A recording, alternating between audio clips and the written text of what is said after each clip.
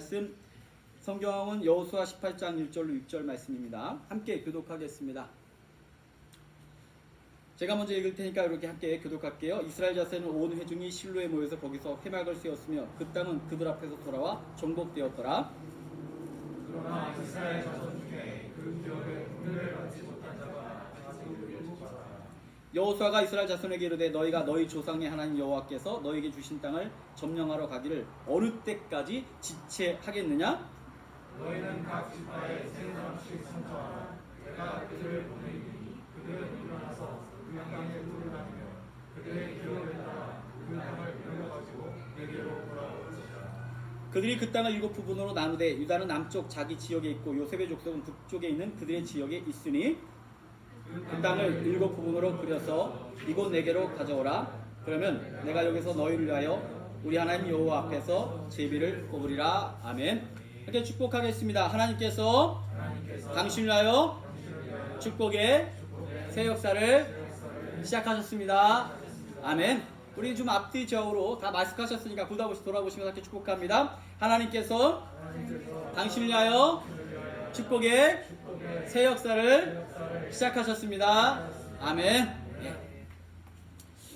예, 36도가 되는 시간에도 하나님께서 예배드리는 저희들 또 가정에 계신 모든 분들 축복하리라 믿고 오늘 어느 때까지 지체하랴 라고 하는 제목으로 말씀을 나누고자 합니다. 몇 주간에 걸쳐 말씀을 드리듯이 여호수아서가 14장이 넘어가면 기업 분배, 다시 말하면 땅을 나누는 지파별로 땅을 나누는 내용들이 기록되어 있습니다. 이게 사실 이 땅을 나누기까지 40년을 넘게 기다렸잖아요. 연수로는 41년, 만 40년 동안을 광야 생활을 하면서 그 혹독한 시간을 보내면서 이제 축복의 결실을 얻을 때가 된 거예요. 얼마나 좋아요. 그런데 이게 참 희한하죠. 사람이 다 동일한 문제에 동일한 생각을 갖지 않을 때가 많아요. 목회를 해보니까 어쩜 똑같은 문제에 대해서 생각이 이렇게 다를까 싶을 때가 있어요. 제가 원고를 썼다가 좀 이렇게 지웠는데 교회가 개척이 되고 나서 우리가 정말 하나님께서 어떻게 사랑할까 예배를 드릴까 이런 고민이 가장 큰 문제가 아니라 밥 먹는 문제가 가장 큰 문제였어요. 근데 한동안 그 유학생들이 특히 우리 홈스테이 하는 친구들이 많이 와갖고 30명이 넘을 때 제가 그들이 밥을 먹는데 너무 좋아하는 거예요. 어떤 아이가 목사님 제가 6개월 만에 김치찌개를 먹어요. 밥을 먹어요. 그래서 제가 그때 기억이 납니다. 몇 분 집사님 그 부탁드렸던 분 중에 한 분이 여기도 계신데 아이들이 저렇게 밥을 먹는 걸 좋아하는데 우리가 힘들어도 한번 밥을 하면 어떻겠습니까? 해가지고 많지도 않은 가정이 매주 식사를 하면서 그 시간들을 같이 보냈던 기억이 있습니다. 그래서 아이들이 많을 때 한 30명씩 와갖고 얼마나 먹어야 되는지 그걸 감당했던 기적 같아요. 저는 솔직히 말하면 그때 어떻게 그렇게 매주 식사를 했을까? 어쨌든 그때 제가 부탁을 드리고 같이 기꺼운 마음으로 사랑하는 마음으로 응해주시고 협력해 주셨던 분들에게 제가 좀 감사를 좀 이 시간을 통해서 드리고자 합니다. 어쨌든 그런데 그런 과정을 지내면서 늘 좋은 일인데 생각이 또 달라요. 어떤 사람은 교회가 밥을 먹어야 돼? 이런 문제도 나오고 먹는 건 좋은데 하기는 싫어? 이런 문제도 나오고 다양한 문제가 거치면서 우리가 팬데믹 오기 전에 이제 뭐 한 분들은 비빔밥을 먹고 뭐 그렇게 정착이 되기까지 몇 년의 시간을 고민하고 리더십 가지신 분들이 걱정도 하고 때로는 불평도 들었고 염려도 듣고 그러면서 왔던 거예요. 이렇게 좋은 문제고 당연한 문제에도 불구하고 사람의 생각이 다르듯이 땅을 나누는데 이 지파별로 생각들이 다 다른 거예요. 14장에 보면 갈렙의 얘기가 나왔죠. 유다 지파의 갈렙은 어떻게 했습니까? 나이가 80이 넘었는데 가장 강성한 헤브론을 내게 달라고. 내가 쟁취하겠노라고. 그러면서 그 땅을 향해 나가는 유다 지파의 갈렙 같은 사람들이 있었는가 하면 그 뒤로 넘어가 보면 지난주 말씀을 나눴지 에브라임 지파나 므낫세 지파들은 이런 거예요. 우리 땅을 요만큼 주면 어떡해. 우리 더 필요해. 그 여호수아가 그러지 말고 가서 니들이 적극적으로 한번 쟁취해봐. 막 설득하는 그런 내용도 옵니다. 아니 다 좋은 일이고 기쁜 일인데 생각지도 않은 그런 어려움들이 일어났어요. 근데 그뿐이 아니에요. 18장을 넘어가니까 또 다른 문제가 등장을 합니다. 12지파가 있는데 12지파 중에 5지파 루벤, 갓, 므라세, 에브라임, 유다 지파는 땅을 분배도 받았어요. 그 중에 일부는 이미 요단 동편에서 땅을 분배받은 지파도 있고 요단 서편에 요단강을 넘어서 땅을 분배받은 지파도 있는데 7지파 아마 여기 화면에 나올 텐데 베냐민, 시몬, 스불론, 이사갈, 납달리, 아셀, 단 12지파 중에 무려 7지파는 이제 가서 땅을 얻어 너희들이 원하는 땅이 어디야 라고 주어졌는데 그들이 가만히 있는 거예요.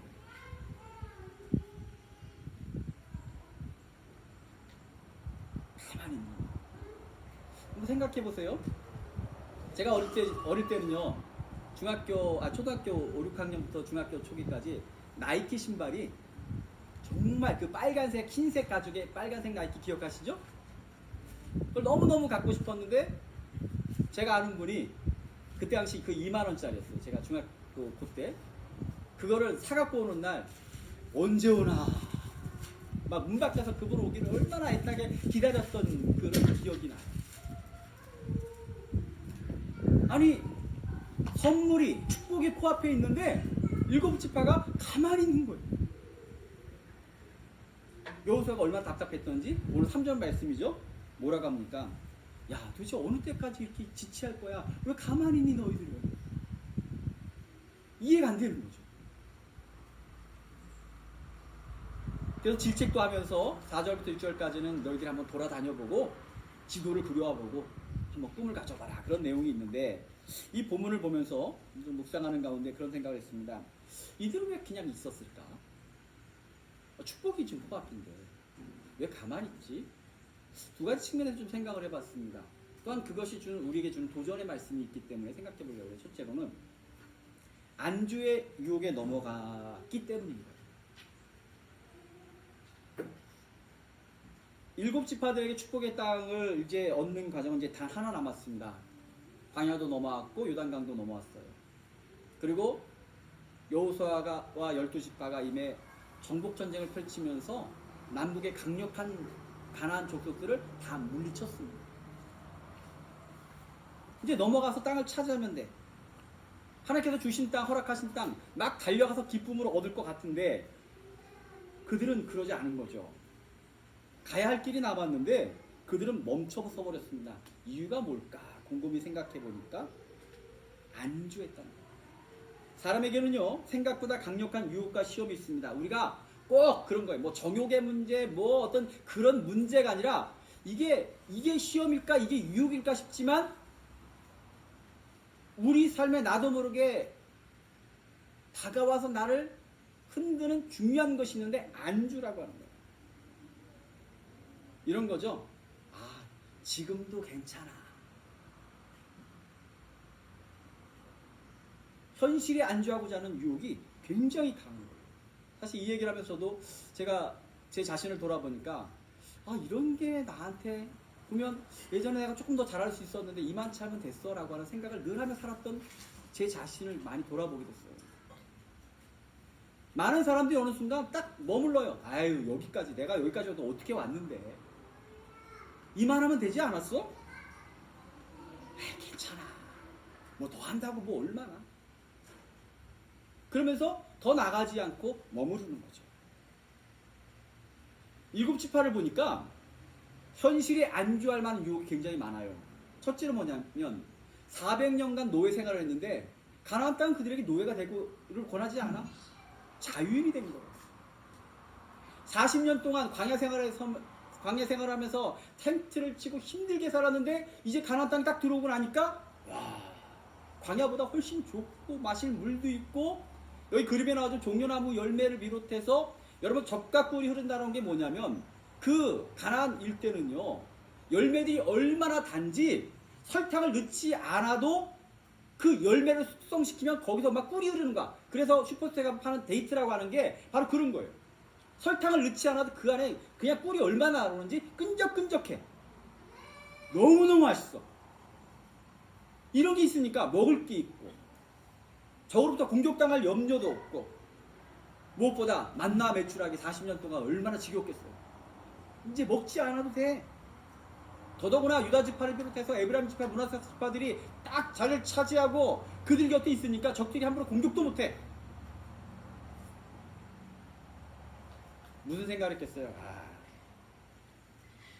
지금도 괜찮은데 굳이 땅을 찾으러 또 전쟁을 해야 돼? 이만하면 먹고 살만한데, 이만하면 평안한데 꼭 가서 또 전쟁을 하고 그들과 싸워야 되고 힘겨움을 해야 될까? 요 생각이 싹 들어오는 거죠.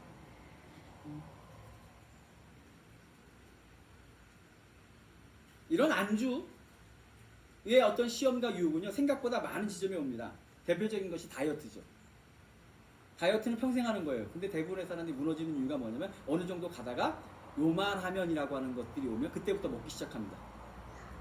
그래서 요요 현상을 겪게 되죠. 운동도 그렇고 다른 부분도 그래요. 그런데 신앙생활도 그래요. 내가 주의를 지키는 게 어디야? 내가 이만하면 어디야? 나 나름 열심히 하고 있는 거야. 이민생활이 얼마나 바쁜데 내가 이 정도면 열심히 하는 거지. 내가 이렇게 헌금하는 게 얼마나 애쓰는 거야. 근데 그 안주가 우리의 마음에 딱 유혹과 시험으로 오는 순간 우리는 단순히 안주하는 것이 아니라 퇴보하게 됩니다.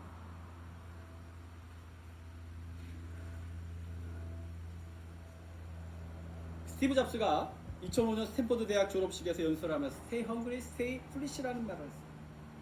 배고픔에 머무르라. 어리석음에 머무르라. 그 말은 끊임없이 갈망하고 끊임없이 도전하는 삶을 살라는 의미예요. 다시 말해 신앙도 내가 보면 신앙생활이라고 하는 것은 안주하는 순간 퇴보하게 되는 거예요. 안주하는 순간 무슨 얘기만 하는 줄 알아요? 과거 얘기만 합니다. 내가 과거에 성령을 받았고 은혜를 받았고 말씀을 받았고 체험했다? 그것이 중요한 것이 아니라 하나님 우리에게 묻습니다. 오늘 받을 은혜를 받았니? 오늘 우리 성령을 받았니? 오늘 받을 말씀을 받았니? 오늘 하나님과 함께하고 있니를 하나님께서 묻고 계신데 내가 과거에 은혜 받았지, 내가 과거에 성령 받았고 과거에 체험이 있었고 안주하는 순간 과거에 머문 이야기들만 하게 되는 거죠. 바울은 빌립보서 3장 12절 이런 얘기를 합니다. 내가 이미 얻었다함도 아니요 온전히 이루었다함도 아니라 오직 내가 그리스도 예수께 잡힌 바 된 그것을 잡으려고 달려가노라. 빌립보서가 뭡니까? 옥중서신이에요. 바울이 감옥에 있었습니다. 나이가 60을 바라보는 나이에요. 근데 거기서도 그런 얘기를 합니다. 나 이만치 했어가 아니라 내가 오늘도 달려간다. 바울은 머물러 있지 않았습니다. 성숙을 위해, 하나님의 나라를 위해 그는 끊임없이 도전합니다. 여러분에게 한번 묻겠습니다. 여러분이 삶에 어려움도 있지만 축복하셨습니다. 여러분 하나님께 축복하신 거 믿으시죠? 네. 그럼 또 한 가지 묻겠습니다. 여러분이 받은 축복이 전부일까요? 지금 누리는 축복이 전부라고 믿으십니까? 더 사모하지 않으세요? 더 주실 거라 믿지 않으세요? 저랑 와이프랑 아침에 설교 원고를 쓰고 나면 같이 이 설교 원고를 잠깐 큐티 내지는 얘기를 나눕니다. 이 부분을 같이 나누면서 그런 얘기했습니다. 하나님 우리 더 축복하실 거예요. 저는 이 설교를 준비하면서 여러분의 도전의 말씀을 주기 원합니다. 여러분이 누리고 있는 축복보다 하나님께 더 큰 축복을 주신 줄 믿습니다. 네. 그렇다면 그것을 아신다면 그걸 인정하신다면 오늘 이 자리가 아니라 하나님 내가 하나님께 더 가기 원합니다. 하나님의 축복을 내가 쟁취하기 원합니다. 주님의 능력과 권세 속에서 그 길을 내가 가기 원합니다. 이 소망이 여러분 가운데 있기를 간절히 축원합니다. 두 번째로는 성품의 문제입니다. 이스라엘 12지파 중에는 유다 지파, 에브라임 지파, 므낫세 지파처럼 큰 지파들도 있지만 나머지 지파들은 사실 좀 작아요. 근데 그 중에서도 오늘 지체했던 축복의 땅을 가지 않았던 베냐민, 시몬, 스불론, 이사갈, 납달리, 아셀, 단이라고 하는 사람들, 이 사람들이 좀 작은 편이에요. 그래서 제가 좀 이들이 작기도 하지만 이들이 갖고 있는 성품과 성향들이 어떨까 좀 고민을 해보니까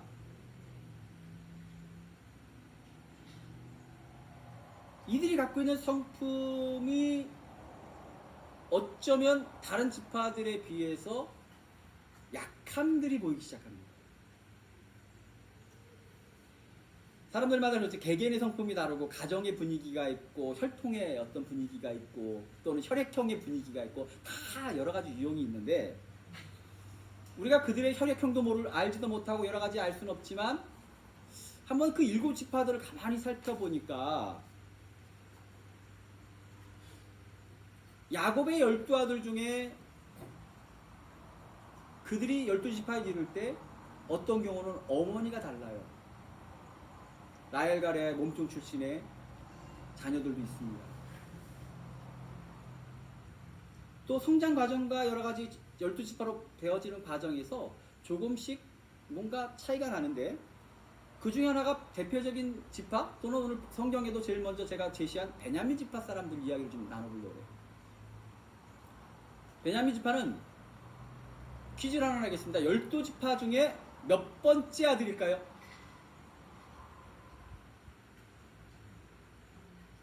아들이 벨이잖아. 막내. 베냐민이 막내. 나이가 많은 형들 틈에서 자라느라고 보면 이 사람이 의지가 없어. 야곱과 그 아들들이 애굽으로 넘어갈 때도 본인의 의지가 없어. 색채가 없어. 나이가 어리고 작다 보니까 의존적이고 그 베냐민 지파의 대표적인 사람이 누구냐면 사울 왕입니다. 사울 왕이 사무엘상에 보면 사울 왕이 사무엘로부터 이제 장차 이스라엘의 통일왕국의 왕이 될 것이라고 하는 얘기를 들었을 때 그런 영광을 주시니 감사합니다. 제가 해보겠습니다. 이런 게 아니라 그는 뭐라고 말했냐면 사울이 대답하여 나는 이스라엘 지파의 가장 작은 지파 베냐민 사람입니다. 또 나의 가족은 베냐민 지파 모든 가족 중에서 가장 미약하지 아니합니까? 당신이 어찌하여 내게 이같이 말씀하십니까? 아니 베냐민 지파도 작고 그 중에서도 더 작은 나를 왜 불러서 이런 무거운 짐을 맡기십니까? 왜 그러십니까? 당신 나한테 왜 그래요? 이런 얘기. 만약에 역할극처럼 한번 생각해 보세요. 여러분의 자녀가 지금 이렇게 대답한다면 어떠실 것 같아요?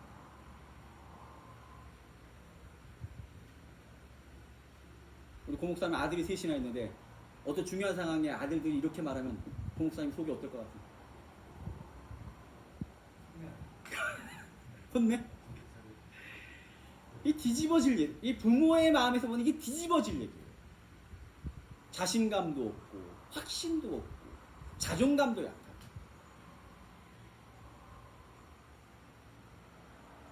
그 밖에도 보면 시몬 지파 얘기가 나오잖아요. 시몬 지파가 어떤 사람들입니까? 자기 여동생 문제로 인해서 사람들을 속이고 살인의 죄를 저지르면서 그 지파가 어떻게 보면 두 번째 형제 루벤, 시몬이라고 하는 그 형제들 중에서 작은 자로 몰락해가는 그런 사람입니다. 그 밖에 여러 지파들이 등장하는데 5번째, 6번째 형제 또는 라헬과 레아의 몸종들의 출신들이에요.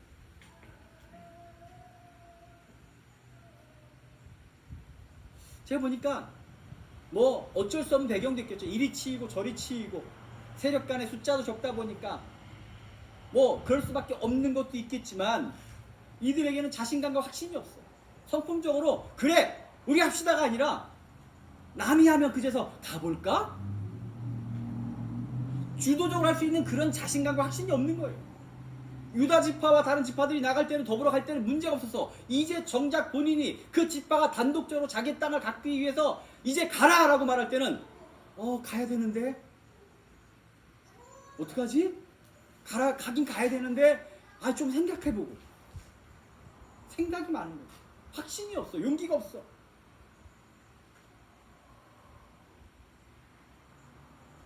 그런데 신명기 21장을 보니까 모세가 이스라엘 백성에 말합니다. 너희 하나님 여호와께서 이 땅을 너희 앞에 두셨은즉 너희 열주의 하나님 여호와께서 너에게 이르신 대로 올라가서 얻으라. 이 너희라고 하는 말씀에는요 유다 지파만 있는 게 아니에요. 에브라임 므나세 지파만 있는 게 아니에요. 모두가 있어요. 한번 따라하겠습니다. 나도 축복의 주인공이다. 믿으시기 바랍니다. 누가 받는 축복이 아니라 하나님께서는 동일하게 믿는 자들에게 동일한 축복을 주셨어요. 삶의 배경이 어떠하든 뭐가든 게 아니라 믿는 자에게는 하나님께서 축복을 주셨다는 거예요.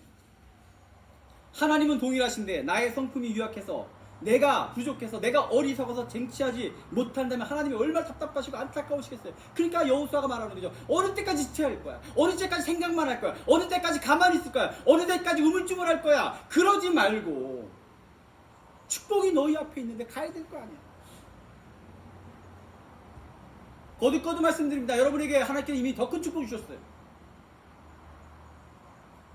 그 더 큰 축복을 위해 더 큰 믿음과 더 큰 축복에 더 큰 기도와 하나님 주신 더 큰 축복을 이용해서 정말로 믿음과 확신을 강해 때로는 자신감을 가지고 나갈 때 그 타이밍에 본성을 이기지 못해서 타고난 성품을 이기지 못해서 머뭇거리고 주저하고 가만히 있는다면 하나님이 얼마나 안타까우시겠어요.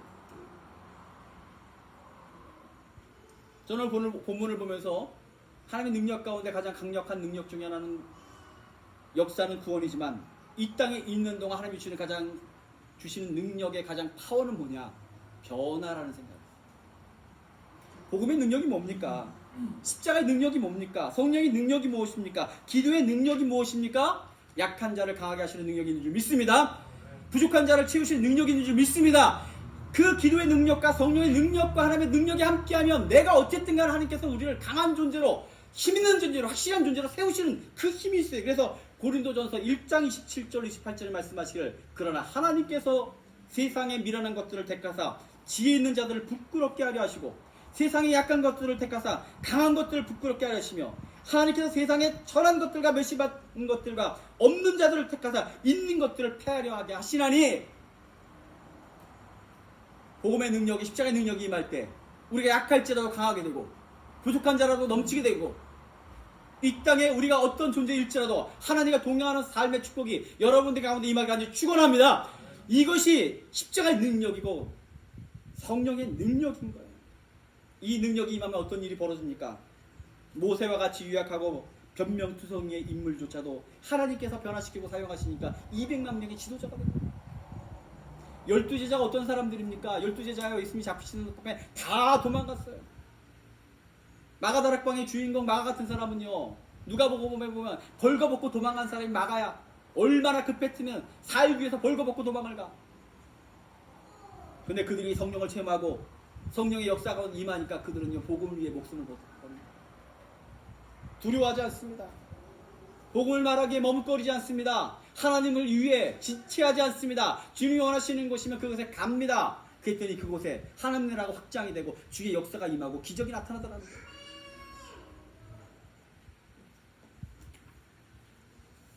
예수 믿고 변화되시기를 축원합니다. 예수 믿고 성품마저도 바뀌시기를 축원합니다. 주저했던 거 망설였던 거 그거는 하나님 주시는 마음이 아닌 거예요. 성령이 주시는 마음은 담대하고 확신 있고 용기 있게 받습니다. 이 믿음이 우리 좋은 교회 성도들 모두에게 임하기를 주로 축원합니다. 기도하겠습니다. 아버지 하나님, 오늘도 저희들 함께 하셔서 말씀으로 우리에게 힘을 주시니 감사를 드립니다. 나약했던 저희들, 지체했던 저희들, 머뭇거렸던 저희들이 이제는 말씀과 능력과 성령 가운데 거듭나고 새로워져 담대로 주님의 축복을 향해 나가는 주의 백성들에게 인도하시고 역사하여 주옵소서. 변화의 능력 가운데 거하기를 간절히 소원하오며 이 모든 말씀 예수 그리스도의 이름으로 기도드렸사옵나이다. 아멘.